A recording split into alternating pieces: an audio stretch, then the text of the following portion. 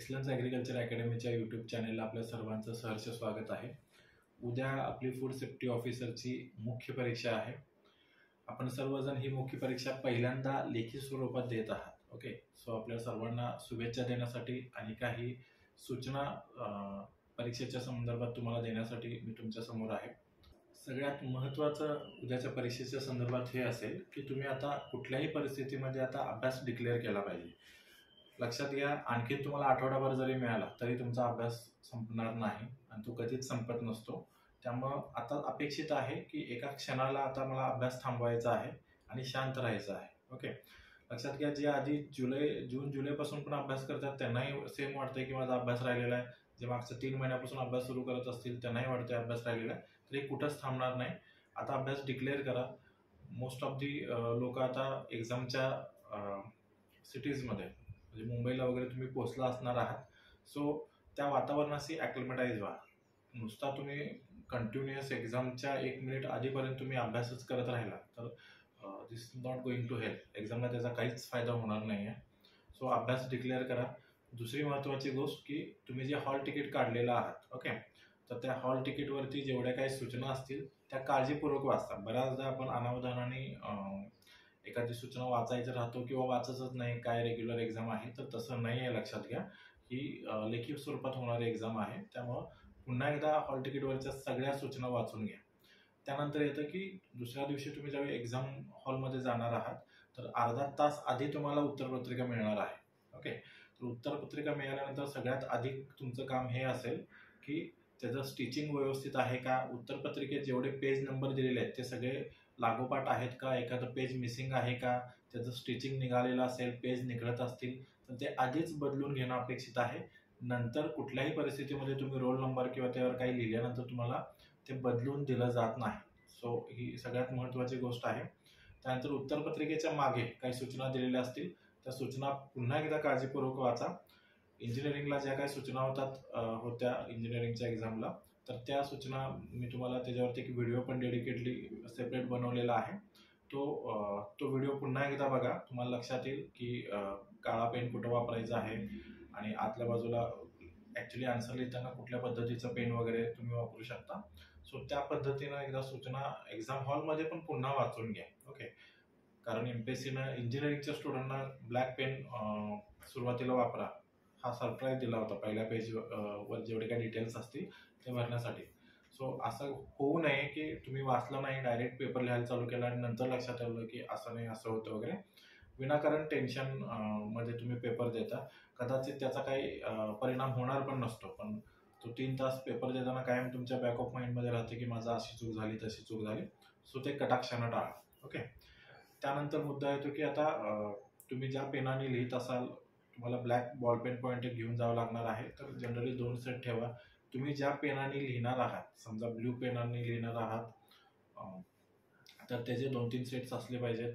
जरी समजा तुम्ही जेलच्या पेनानं सराव केला असेल, जेलच्या पेनानेच लिहिणार असाल तरीही 2 सेट आहेत ते बॉल पेनचे पण तुमच्याकडे ठेवा. ओके, म्हणजे एक प्रिकॉशन म्हणून. त्यानंतर बऱ्याच विद्यार्थ्यांच्या मनात शंका आहे की पेपर कसा येईल सर.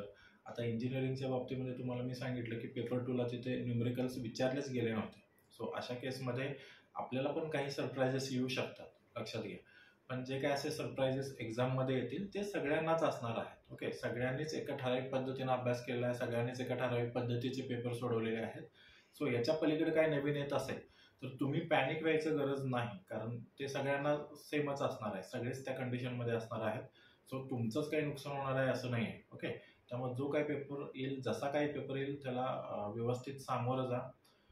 बऱ्याच विद्यार्थ्यांनी या कालावधी मी बोललो तर बऱ्याच विद्यार्थ्यांना टेन्शन आहे की बाबा माझा अभ्यास नाही झाला, त्याचा अभ्यास असा झाला आहे, त्याचं रायटिंग प्रॅक्टिस असे झालेलं आहे. तर या काळामध्ये जनरली लक्षात घ्या की इतरांशी कम्पेअर करणं टाळा. तुम्ही युनिक आहात. तुमचा जो अभ्यास झालेला आहे सगळ्यांनी बऱ्यापैकी सेमच मटेरियल वापरलेलं आहे. सो जे काही मार्काचं व्हेरिएशन ठरणार आहे ते तुमच्या ॲक्च्युअली पेपर रायटिंगमधून ठरणार आहे. सो हे 6 तास पेपरचे तुमच्या हातात आहेत. ते अशा टेन्शन सारख्या गोष्टींमुळं तुम्ही ती हातातली संधी सोडू नका. लक्षात घ्या, जोपर्यंत तुम्ही एक्झामिनरच्या हातामध्ये पेपर सबमिट करत नाही तोपर्यंत हार नका मानू. ओके, जे काय तुम्हाला लिहिता येतं, जे काय तुम्हाला सुचतं ते त्या प्रश्नाच्या अनुषंगाने लिहून या. कोणताही पेपर कोणताही प्रश्न जो आहे तो ब्लँक सोडू नका. ओके. त्या प्रश्नाच्या संदर्भात तुम्हाला थोडं जरी माहीत असेल तरी लिहून या. ॲटलिस्ट तुम्हाला समजा 8 किंवा 10 मार्काचा प्रश्न असेल, 2-3 मार्क तरी तुम्हाला मिळतील. ब्लँक सोडला तर काहीच मिळणार नाही. सो ही काळजी घ्या. एक्झाममध्ये सगळ्यात महत्त्वाची प्रायोरिटी जी असेल, जी मी मागच्या व्हिडिओमध्ये पण बोललोय, की तुमचा पेपर कव्हर झाला पाहिजे. ओके. सो कव्हर होण्याच्या दृष्टीनं पेपर हातात आल्यानंतर एक 5 मिनिटं बाजूला काढा. तुम्हाला जे काही क्वेश्चन्स दिलेले आहेत तर त्या क्वेश्चन्समधले कुठले कुठले क्वेश्चन चूज करायचे आहेत ते त्या 5 मिनिटात व्यवस्थित चूज करून घ्या. हे 5 मिनिटं खूप महत्त्वाचे आहेत, लक्षात घ्या. बरीच लोक उत्तरपत्रिका आल्या डायरेक्ट आन्सर लिहायला चालू करतील आणि पुढे जाऊन त्यांना लक्षात येईल की मला A-B क्वेश्चन्स येत आहे, C क्वेश्चन हा येतच नाही. मग याच्यात खूप गोंधळ उडेल. त्यामुळं सुरुवातीची 5 मिनिटं आधी ठरवून घ्या, पेपर व्यवस्थित वाचा. ह्या 5 मिनिटात तुम्हाला हेही लक्षात येईल की पेपर लेंदी आहे की नाही. ओके. त्यानुसार तुमचं रायटिंग स्पीड सुद्धा मॅनेज करा. जर तुम्ही डायरेक्टली पेपर लिहायला घेतला तर तुम्हाला त्याचा काहीच अंदाज येणार नाही आणि पुढे जाऊन तुमचे काही क्वेश्चन्स लिहायचे राहू शकतात. सो लक्षात घ्या, ॲट एनी कॉस्ट पेपर हा सगळा कंप्लीट झालाच पाहिजे, अशा पद्धतीनं तुमची स्ट्रॅटजी असली पाहिजे. जर तुमचा पेपर कव्हर होत असेल तर जवळजवळ तुम्ही 70-80% तुम्ही युद्ध तिथं जिंकल्यासारखं आहे. सो ती काळजी नक्की घ्या. आपली जी ही मुख्य परीक्षा आहे, लक्षात घ्या, ऑक्टोबर महिन्यात होणार होती, ती फेब्रुवारीपर्यंत ढकलली गेली. जवळजवळ 4 महिने तुम्ही ह्या परीक्षेच्या प्रिपरेशनमध्ये संयम दाखवलेला आहात. आता फक्त 24 तास राहिलेले आहात. सो शांत डोक्याने आता अभ्यास डिक्लेअर करा. सगळ्या ज्या काही सूचना आहेत त्या पद्धतीनं सगळं तुमचं स्टडी मटेरियल, पेन वगैरे स्टेशनरी घेतलेली आहे का बघा. उद्या एक्झामला वेळेत जा.